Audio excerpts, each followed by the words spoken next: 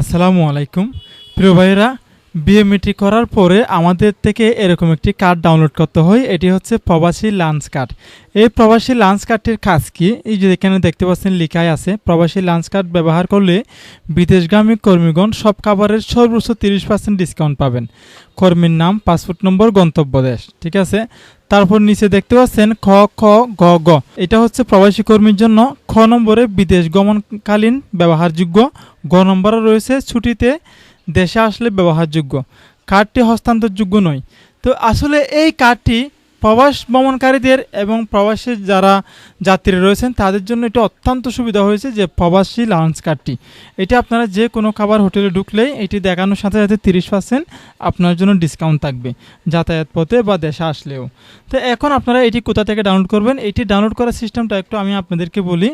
এই কার্ডটি হচ্ছে আপনারা যখন বিএমইটি করবেন, ট্রেনিং করবেন, সর্বশেষে যখন আপনারা টিকিট পর্যন্ত কনফার্ম করে ফেলবেন, তারপর গিয়ে এই কার্ডটি ডাউনলোড করতে পারবেন আপনাদের বিএমইটি সার্ভারে। এই যে আমি আপনাদেরকে একটু দেখাই, এই যে আমি বিএমইটি সার্ভারে চলে আসলাম। আসার পরে একটু হাতের বামে আপনারা দেখতে পাবেন বহির্গমন ছাড়পত্রের অবস্থা।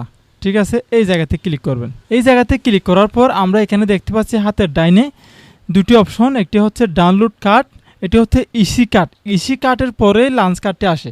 ঠিক আছে, ইসি কার্ড ডাউনলোড করতে হলে আপনারা প্রথমটি দিবেন, এবং ইসি কার্ডের পরে গিয়ে লাঞ্চ কার্ড ডাউনলোড করতে হলে এই যে হাতের ডাইনে কর্নার আপনারা দেখতে পাবেন লাঞ্চ কার্ডটি, এইখানে ক্লিক করলে আপনারা লাঞ্চ কার্ডটি ডাউনলোড করতে পারবেন।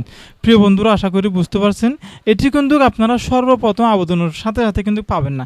রেজিস্টার করার পরে রেজিস্ট্রেশন কার্ডটি নেওয়ার পরে আপনারা পাবেন না। এটি করতে গেলে সর্বশেষ পর্যন্ত আপনারা যাওয়ার পথে আপনারা এটি পাবেন।